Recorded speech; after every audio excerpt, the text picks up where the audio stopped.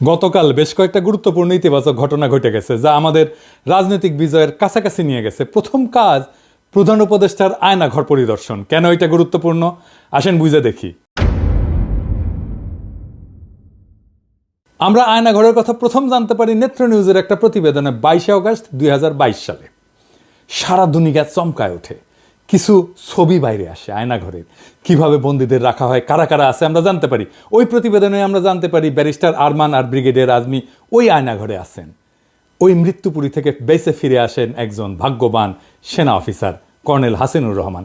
উনি আমাদের জানান এই ব্রিগেডিয়ার আজমি এবং আরমান বেঁচে আছে, ওইখানেই আছে। এইখানে শুধু আটকায় রাখা হইতো না, নির্যাতন চালানো হইতো।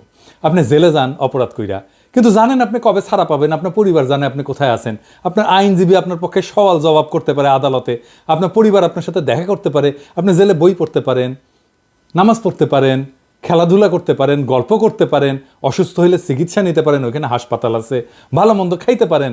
এখানে কিছুই নাই, কোনো বিচার নাই, শুধু পশুর মতো আটকায় রাখা। আর এটা কোথায়? ক্যান্টনমেন্টের ভেতরে। নেত্র নিউজের প্রত্যেকটা বর্ণ সত্যি ছিল। এটা ছিল হাসিনার গোপন বন্দিশালা, যাদের কোনোভাবেই আইনত কারাগারে রাখা যায় না, দণ্ড দেওয়া যায় না, তাদের এই আয়না ঘরে রাখা হইতো। আমরা জানতাম একটা আয়নাঘর আছে, কিন্তু অবিশ্বাস্য হইলেও আমরা জানছি একটা না, 700 থেকে 800 এরকম গোপন বন্দিশালা ছিল। বাংলাদেশে যত আয়নাঘর আছে প্রত্যেকটা খুঁজে বের করা হবে। সোফার আমাদের কাছে গুম কমিশনের ইনভেস্টিগেশন অনুযায়ী এবং সিকিউরিটি ফোর্সে যা ইনভেস্টিগেশন করেছে আমরা জেনেছি এটার সংখ্যা কয়েকশো, মেবি 700 থেকে 800, এবং এইটা আরও বের হচ্ছে। এই আয়নাঘর পরিদর্শনের অনুমতি পায় গুম কমিশন সেপ্টেম্বর মাসে। 3রা অক্টোবর আমরা জানতে পারি অনেক আলামত মুছে ফেলা হয়েছে, ভেঙে ফেলা হয়েছে দেওয়াল, রং করা হয়েছে নতুন কইরা। দেওয়ালে বন্দিরা অনেক কিছু লিখে রাখছিল, আমরা কিছু কিছু দেখতে পাচ্ছি এখনো আছে। তাদের কষ্টের কথা, তাদের যন্ত্রণার কথা লিখে রাখছিল, সেটা মুছে দেওয়া হয়েছে। জানুয়ারি মাসের 19 তারিখ সিদ্ধান্ত হয় প্রধান উপদেষ্টা যাবেন পরিদর্শন আয়না করে। তারিখ ঠিক হয়েছিল 3রা ফেব্রুয়ারিতে পরিদর্শন হবে, কিন্তু সেইটা স্থগিত হয়। 5ই ফেব্রুয়ারিতে নেত্র নিউজই জানায় আর্মির চাপে এই পরিদর্শন হচ্ছে না। সংবাদে ছাপা ওয়াকারুজ্জামান বহু আকাঙ্ক্ষিত এই শক্ত গুরুত্বপূর্ণ কাজটা করতে প্রধান উপদেষ্টাকে বাধা দিছে।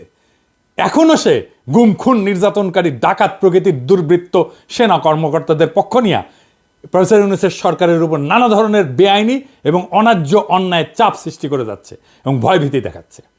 আয়নাঘরের বন্দি আজমি সাহেবকে ডেকে নিয়ে গেছিল ওয়াকার সাহেব, বলছিল স্যার এটা নিয়ে কথা বললেন না, আর্মির বদনাম হবে। আপনার কি দরকার স্যার, আপনি বলেন। তারপরে একটা কাজ করা হয়েছিল, জাতিসংঘের সাপোর্ট আনা হয়েছিল, আর্মি চিফ যেন এই চাপ অনুভব করে সেনাপ্রধানের সাথেও দেখা করছিল, কাম হয় নাই।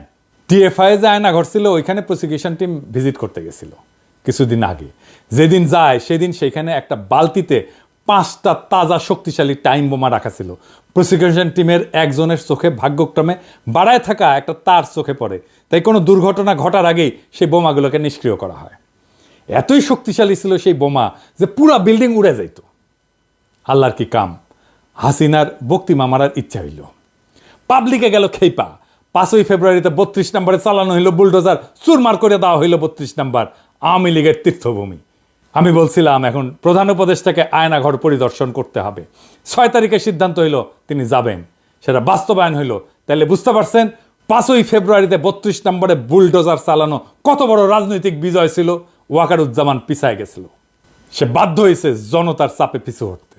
এইখানে স্বামী আলাপ তুলছে আল জাজিরার এক একটা ইউনিট আলাদা আলাদা, তাই আল জাজিরার তানভীর আছে, কিন্তু স্বামীর ইউনিটকেও ডাকা হয় নাই। এটা একটা অপরাধ হয়েছে, অন্যায় হয়ে গেছে, মহা অপরাধ হয়েছে। আর কি মায়ের ডাকে তুলিকে ডাকা হয় নাই, এটাও অন্যায় হয়েছে। এর জন্য নাকি দায়ী আদিলুর রহমান শুভ্র আর রেজওয়ানা হাসান। তুলি হইতেছে দুধ ভাত, আল জাজিরার 2 জনকে কেন ডাকা হয়নি, এটাই আসলে আসল ইস্যু। আচ্ছা এবার আপনারা বলেন আয়নাঘর নিয়ে আওয়ামী লীগেররা কি বলতেছে? বলতেছে কেন 6 মাস লাগলো ভিজিট করতে, বলতেছে না এটা এই সময় বানানো হয়েছে, বলতেছে না রং কেন নতুন, এটা বলতেছে না এটা নাটক, বলতেছে না। এখন বলেন এটা কোথায়? ক্যান্টনমেন্টে তো। কারা বাধা দিছে ভিজিটে? সেনাপ্রধান তো, তাই না? নেত্র নিউজে বলছে তো। আর জেনারেলরা বাধা দিছে, আলামত নষ্ট করছে ডিজিএফআই কারা থাকে? সেনা অফিসাররা থাকে, তার আন্ডারেই তো ছিল। তাহলে আজকের আলাপ কি হওয়া উচিত? আজকের আলাপ হওয়া উচিত ছিল সেনা প্রধানের অপসারণ, ঠিক কিনা বলেন? অন্তত সেনা প্রধানকে জবাবদিহি করতে বাধ্য করা। কিন্তু সামি আলাপ নিয়ে গেল কোথায়? আদিলুর রহমান আর রেজওয়ানা হাসানের পদত্যাগ। কোন জিনিসটা পলিটিক্যালি গুরুত্বপূর্ণ? ওয়াকারের সমালোচনা নাকি এই দুই উপদেষ্টার সমালোচনা, এমনকি পদত্যাগ দাবি করা? দুই উপদেষ্টা যদি আল জাজিরার আরেকটা ইউনিটকে না ডাইকা থাকে তাহলে তো খুব ঠিক কাজ করছে।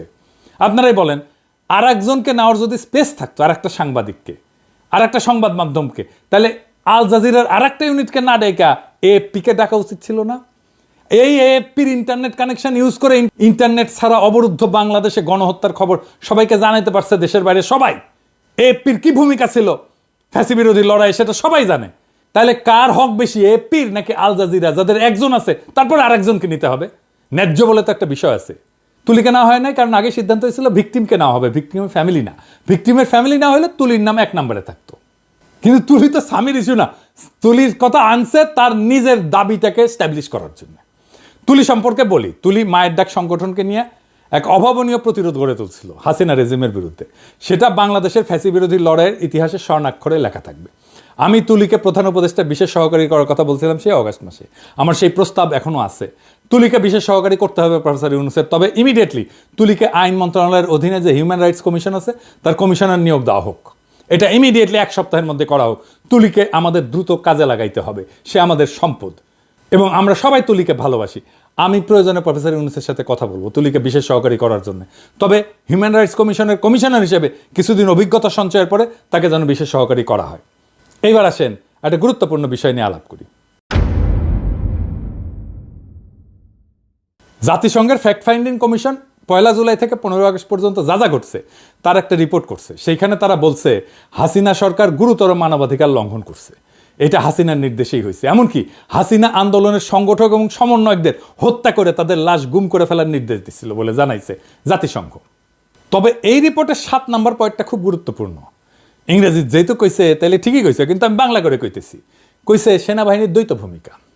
সেনাবাহিনীর দ্বৈত ভূমিকা পালন করেছে। প্রথমে রাষ্ট্রীয় দমন পীড়নের অন্যতম প্রধান শক্তি হিসেবে, তারপরে শেখ হাসিনার শাসনের অবসান ঘটায় ক্ষমতার পরিবর্তন ঘটানোর ক্ষেত্রে গুরুত্বপূর্ণ ভূমিকা রাখে। 2024 সালের 20 জুলাই সেনাবাহিনী মোতায়েন করা হয়, যারা পুলিশ, র্যাব, বিজিবির সঙ্গে মিলে সহিংস দমন পীড়ন চালায়। সেনারা বিক্ষোভকারীদের উপর সরাসরি গুলি চালায়, আমরা ভিডিও দেখছি, যার ফলে বিচার বহির্ভূত হত্যাকাণ্ড ঘটে এবং গণগ্রেপ্তার অভিযানে চালানোর জন্য একটা আড়াল সৃষ্টি করে পুলিশ বাহিনীকে। প্রাক্তন সিনিয়র কর্মকর্তাদের সাক্ষ্য অনুযায়ী সেনাবাহিনী হত্যাকাণ্ড সম্পর্কে অবগত ছিল এবং এটা প্রতিরোধের কোনো পদক্ষেপ নেয়নি।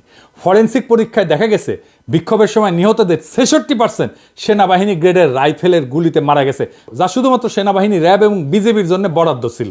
নিরস্ত বিক্ষোভকারীদের উপর আর্মার পিয়ার্সিং গুলি, মানে বর্ম পড়া থাকলেও যেটা ফুটা করে ঢুকে যাবে, এরকম গুলি ব্যবহারের প্রমাণ পাওয়া গেছে, যা পুলিশের বা সাধারণ নাগরিকদের কাছে থাকার কথা না। ফরেনসিক এবং ব্যালাস্টিক বিশ্লেষণে নিশ্চিত করছে যে নিহতদের শরীরে পাওয়া গুলির উৎস সেনাবাহিনীর অস্ত্রাগার। আগস্টের শুরুতে সেনাবাহিনীর অভ্যন্তরে অসন্তোষ বাড়তে থাকে, বিশেষ করে জুনিয়র অফিসারদের মধ্যে, যারা বেসামরিক নাগরিকদের উপর গুলি চালাতে অস্বীকৃতি জানায়। 5ই আগস্ট যখন লক্ষ লক্ষ বিক্ষোভকারী ঢাকার অভিমুখে যাত্রা করে, তখন সেনাবাহিনী এবং বিজিবি বাধা না দিয়ে সরে দাঁড়ায়। এর ফলে শেখ হাসিনাকে সশস্ত্র বাহিনীর একটা হেলিকপ্টারে করে ঢাকা থেকে সরায় নেওয়া হয়, যা কার্যত তার শাসনের অবসান ঘটায়। আয়নাঘর আর হাসিনার করা খুনের 66% মিলিটারি গ্রেডের অস্ত্র দিয়ে হওয়ার 2 ঘটনায় সেনা প্রধান পড়ছে চাপে। এখন সেনা প্রধানকে বাঁচাইতে আসছে, স্বামী আসছে বাঁচাইতে। সেনা প্রধান আর ডিজিএফআই এখন একটা আড়াল দরকার ছিল, যার পিছনে সে লুকাইতে পারে। স্বামী একটা তুচ্ছ বিষয় নিয়ে সেনা প্রধানের দায়কে আড়াল করে দিল। যেই সময় সবচেয়ে বেশি সমালোচনা হওয়া উচিত ছিল আয়নাঘর আর মিলিটারি গ্রেডের অস্ত্র দিয়ে গুলি করে বিক্ষোভকারীদের হত্যা করার সেনা প্রধানের ভূমিকা নিয়ে, সেই সময় দাবি করা হচ্ছে আদিলুর রহমান শুভ্র আর রেজওয়ানা হাসানের পদত্যাগের। কারণ আল জাজিরার শুধু একটা ইউনিটকে ডাকা হয়েছে, 2টা ইউনিটকে কেন ডাকা হয় নাই? এই প্রসঙ্গে আমার একটা মজার একটা কৌতুক মনে পড়লো, স্বামী কিছু মনে করেন না। এক ছোট বাচ্চা শার্ট কিনবি, তো বাপে কইছে বাবা শার্ট কিনবো। তা বাপ কইছে যে বাবা আমি তো যাইতে পারবো না, তোমাকে টাকা দিলে তুমি কিনতে পারবা। হ্যাঁ কিনতে পারবো। 100 টাকা দিছে। বলছে দোকানদাররা কিন্তু খুব খারাপ, বুঝছাও, তুমি যে দাম চাইবে না তার অর্ধেক বলবা। তো বলছে আচ্ছা ঠিক আছে বলবো। দোকানে গেছে, শার্ট পছন্দ হয়েছে, দাম চাইছে। কত দাম? বলছে 100 টাকা দাম। তো বলছে 50 টাকায় দেবেন? তো বলছে আচ্ছা ঠিক আছে তুমি 50 টাকাই দাও। বলছে 25 টাকায় দেবেন? বলছে আচ্ছা ঠিক আছে বাবা তুমি 25 টাকাই দাও। 12.5 টাকায় দেবেন? তখন বলছো বাবা তোমার পয়সা পয়সা দিতে হবে না, তুমি এমনি এমনি নিয়ে যাও। So, তাহলে আমাকে 2টা শার্ট দিতে হবে, মানে এমনি এমনি দিলেও 2টা শার্ট দিতে হবে।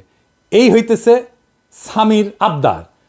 আল জাজিরার 2জনকে নিতে হবে, একজনকে ডাকলে হবে না। আপনার অ্যাক্টিভিজমের একটা গুরুত্ব আছে, আপনি একটা কিছু বললে দেশের মানুষ গুরুত্ব দেয়, তাই এই শক্তিকে আপনার দায়িত্বের সাথে ব্যবহার করতে হবে। আপনি দুম কইরা ইজাজের নিয়োগের বিরুদ্ধে লিখে দিলেন। আমি কিন্তু এই পজিশনের জন্য, এই ডিসিসির প্রশাসক পজিশনের জন্য আপনার কাছে একটা রিকমেন্ডেশন চাইছিলাম, আপনি দিছিলেন একজন, কি মনে আছে নিশ্চয়ই, কিন্তু আপনি যার নাম রিকমেন্ড করছিলেন ওনার নাম আপনি রিকমেন্ড করতে পারেন না। এটারে বলে কনফ্লিক্ট অফ ইন্টারেস্ট। এজাজ ভালো ছেলে, দক্ষ আর উদ্যমী ছেলে, ফ্যাসিবাদের বিরুদ্ধে লড়াই করা ছেলে, একজন সলিড ছেলে, ওরে আপনি যে ডিসক্রেডিট করলেন, ও কাজ করার উৎসাহ পাবে, ওর মনটাই তো ভেঙে দিলেন প্রথমে শুরুতে। বিশ্বাস করেন, এজাজের জায়গায় যদি আমি হইতাম না, আমি জয়েনই করতাম না। শুভ্র ভাইয়ের জায়গায় যদি আমি হইতাম, আমি স্ট্যাটাস দেওয়ার 5 মিনিটের মধ্যে পদত্যাগ করে দিতাম। দুর্বল করলাম না তোর উপদেষ্টাগিরি। সত্যি করে বলেন তো, এজাজকে কি আপনি চিনেন যে সে কি কি করে? প্রফেসর ইউনূসের সরকারের অনেক দুর্বলতা আছে, ব্যর্থতা আছে, কিন্তু এটা তো আপনার শত্রু সরকার না। আমাদের সরকারের সমালোচনা করতে হবে, আমি মানা করতেছি না, কিন্তু সমালোচনার লক্ষ্য হবে সরকারকে যেন গতিশীল করা যায়, সরকারকে যেন বিপ্লবী চরিত্র ধারণ করতে সাহায্য করা যায়।